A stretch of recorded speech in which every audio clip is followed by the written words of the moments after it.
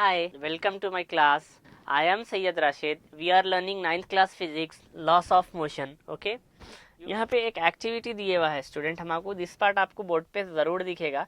इसका नाम है एक्टिविटी नंबर 4 और इसमें क्या कह रहा है बोलते हो ने लार्जर द यानी कि अगर जो ज़्यादा रहेगा लार्जर द नेट फोर्स मतलब क्या है, अगर उसका नेट फोर्स बहुत ज़्यादा रहेगा तो ऑब्वियसली ने ये बोलना चाह रहा कि ग्रेटर द एक्सेलरेशन उसका बहुत ज़्यादा रहेगा. स्टूडेंट देखिए ये तो कॉमन चीज़ है, ये तो हम समझ सकते कि लार्जर दी नेट फोर्स बोलते कितनी ज़ोर से अगर कोई चीज़ है भाई, ये मार्कर है, मैं ऐसा यूँ करूँगा तो कितनी पड़ जाता उन्हें 1 फीट भी नहीं जा रहा. अब क्या करता हूँ मैं, ऐसा यूँ फेंकता हूँ, फेंकते ही कहाँ तक जाता, पूरा ऊपर तक चल जाता उन्हें. तो जितना ज़्यादा मैं फोर्स लगाऊंगा एक्सेलरेशन तो उतना ही होगा. ये तो सिंपल कॉमन बात है, ये तो हम समझ सकते, आप भी समझ सकते.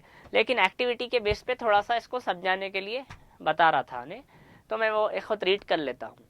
So for this activity we need few things. Gently push a ball of ice on a smooth surface and observe how the object speed up. In other words, how it's accelerate. Now increase the net force and observe the change in its speed. Is the acceleration increase? क्या करना कहते मालूम, बर्फ़ का टुकड़ा ले लो एक, ठीक है, बर्फ़ आइस का टुकड़ा ले लेके क्या करो, इसको थोड़ा सा ऐसा सरफेस पे ढक लो. पहले आप जो फोर्स से लगाए थे, सपोज अगर आपने पहले फोर्स लगाया था 100 न्यूटन का, ठीक है, उसका डिस्टेंस चेक कर लीजिए उन्हें कहाँ तक गया था. फिर सेकंड क्या करिए, सेम जो बर्फ़ का टुकड़ा है अपना उसको 200 न्यूटन के फोर्स से वो करिए, फिर आप डिस्टेंस देख लीजिए कितना होता. तो ये एक छोटी सी एक्टिविटी है जो आप समझ सकते कि अगर आप जितना ज़्यादा फोर्स लगाएंगे उतना आगे तक वो एक्सेलरेट होगा. ठीक है ना, हम एक और एक्टिविटी करेंगे उसके बाद. As soon as I will done the activity number 5, I will going to explain you Newton's second law of motion. You might have think sir just you have written the definition of Newton's second law of motion but you are not explaining to us. ऐसी बात नहीं है student, मैं ज़रूर explain करूँगा. थोड़े से हम एक्टिविटीज़ करके हम आगे वो लॉ की तरफ जाएंगे. Okay, activity number 5.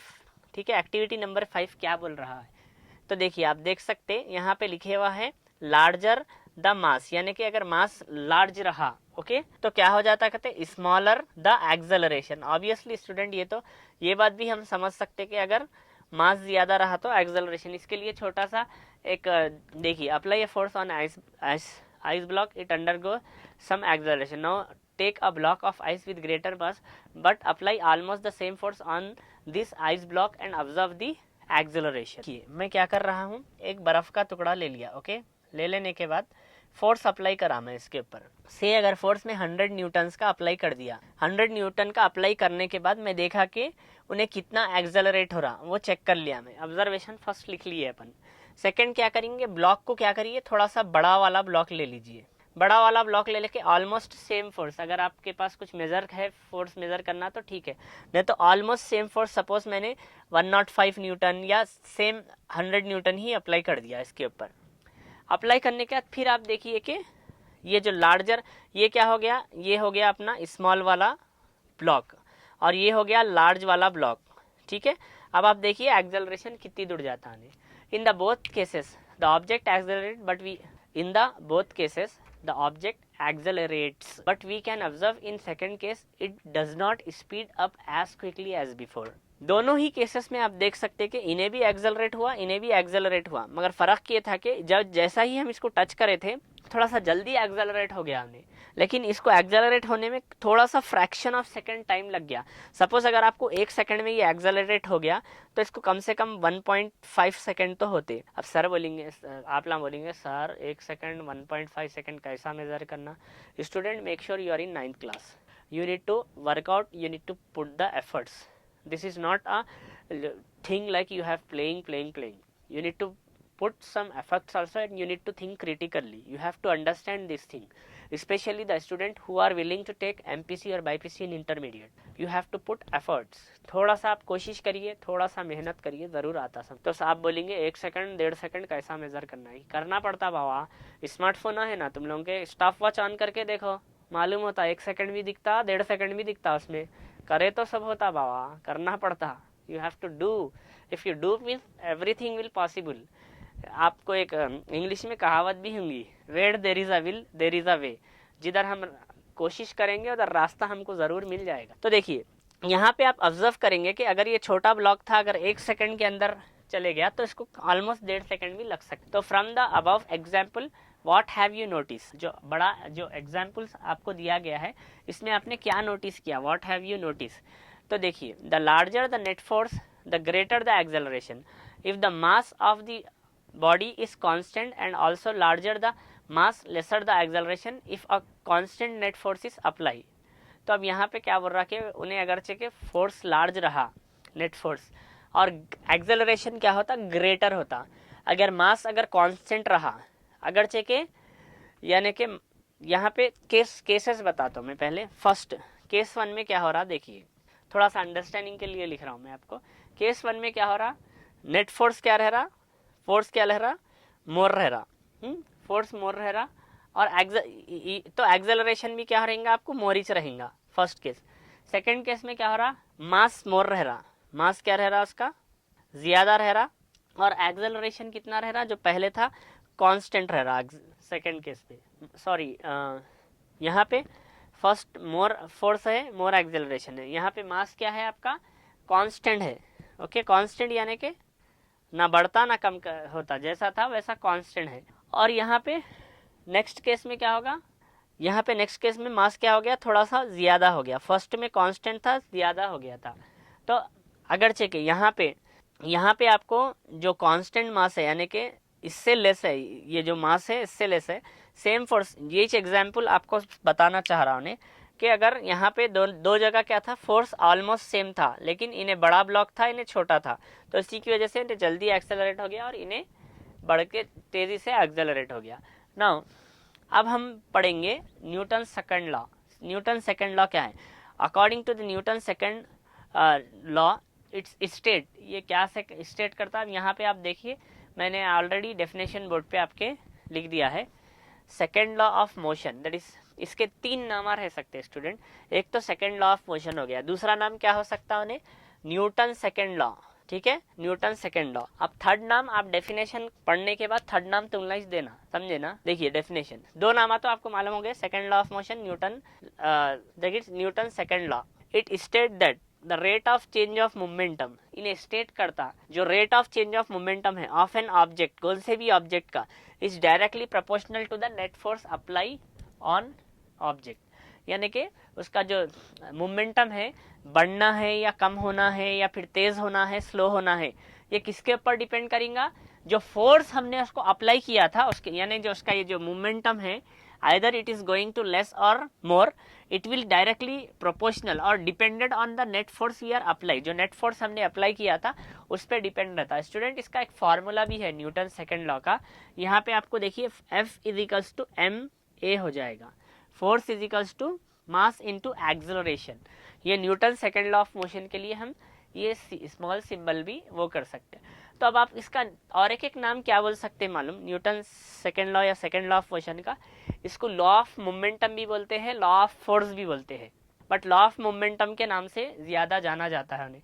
जैसा कि हमारे फर्स्ट लॉ के 3 नाम से, एक तो फर्स्ट लॉ ऑफ मोशन रहता, सेकेंड नाम न्यूटन फर्स्ट लॉ रहता, थर्ड नाम उसका क्या है, लॉ ऑफ इनर्शिया है फर्स्ट लॉ का, मेरा सेकेंड लॉ का क्या होगा, लॉ ऑफ मोमेंटम होगा या फिर लॉ ऑफ फोर्स होगा, लेकिन यूजुअली हम लॉ ऑफ मोमेंटम ही इसको बुलाते हैं।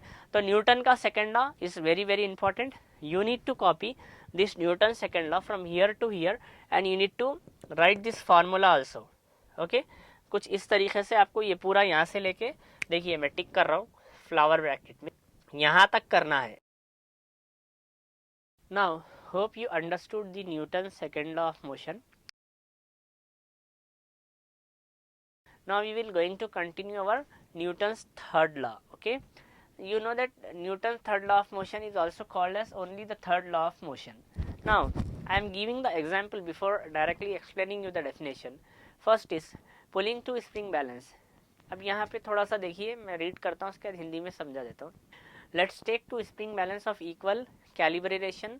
Connect the two spring balance as shown in figure 14. Pull the spring balance in opposite direction as shown in the figure 14. अब देखिए आप क्या करना है, 2 स्प्रिंग बैलेंसेस ले लो, ठीक है, एग्जाम्पल के लिए मैं यहाँ पे लगा दे रहा हूँ, ठीक है, ये हो गया आपका एक स्प्रिंग बैलेंस, ठीक है, सेकंड स्प्रिंग बैलेंस आपको लेना है सेम।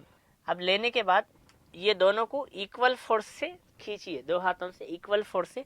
यहाँ पे एक हैंड लगा दिए आप, यहाँ पे एक हैंड लगा दिए, दो हाथों से इक्वल फोर्स से खींचिए। समझ गए आप कैसा करना है। Next, what do you notice from the reading in the spring balance. Spring balance की रीडिंग में आप क्या ऑब्जर्व करोगे। यहाँ पे आप पहला चीज है, are the reading of two spring balance same, are we able to make the spring balance show different readings.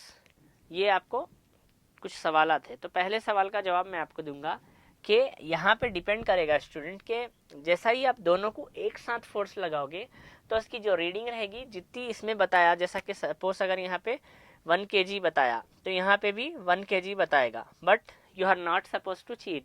आपको चीट नहीं करना है, दोनों को उतने ही फोर्स से लगाना है। Are the reading of two spring balance same, हाँ स्प्रिंग बैलेंस की रीडिंग सेम रहती है। Are we able to make the spring balance reading show different, क्या हम इसको डिफरेंट रीडिंग्स को शो कर सकते हैं। कर सकते हैं ना स्टूडेंट।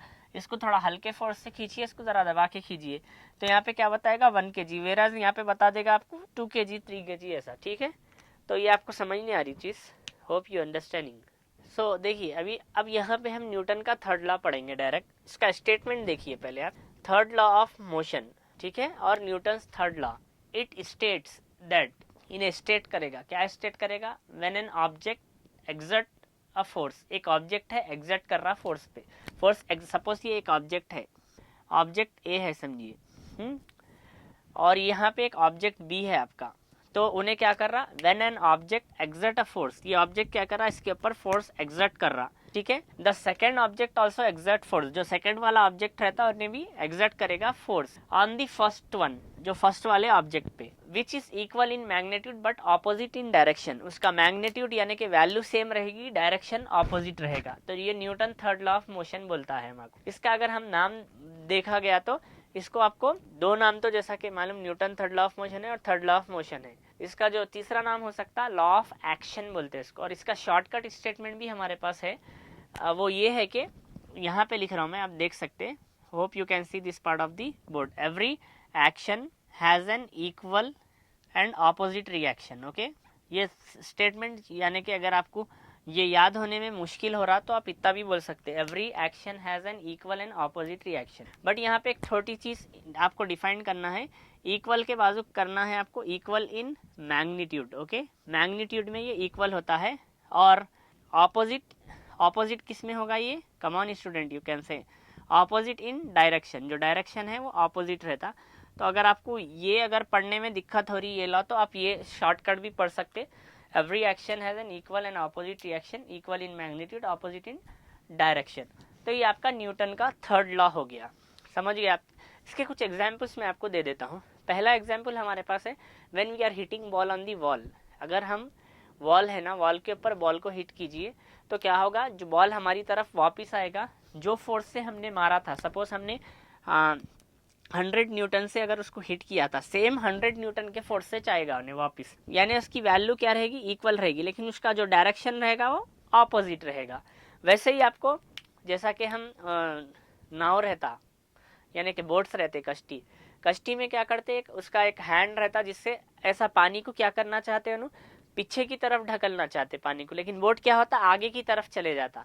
तो यानी कि जो मैग्नीट्यूड उन्होंने अप्लाई करे थे वो मैग्नीट्यूड सेम रहेगा, लेकिन आप डायरेक्शन क्या होगा, ऑपोजिट। उन्होंने लकड़ी को ऐसा यूं कर रहे थे, लेकिन उन्होंने बढ़ रहे कैसा, आगे की तरफ बढ़ रहे थे, यानी कि उन्होंने एक्चुअल डायरेक्शन उनका इधर था, तो डायरेक्शन क्या हो गया, ऑपोजिट। जैसे हम स्विमिंग भी करते हैं, आप देखते होंगे स्टूडेंट कि हम अपने हाथ अच्छे से ओपन करके हाथों को पानी को पीछे की तरफ यानी कि बैकवर्ड लेना चाहते, तो हम क्या हो जाते, फ्रंट चले जाते। तो आप समझ रहे, जो उसका मैग्नीट्यूड होता है वो इक्वल होगा लेकिन डायरेक्शन ऑपोजिट होगा। ये न्यूटन का थर्ड लॉ स्टेट कर रहा। तो Newton third law of motion बहुत आसान है, इसके लिए आपको न्यूटन थर्ड लॉ के लिए आपको यहाँ से लेके ओके यहाँ तक आपको कॉपी करना है, याद करना है।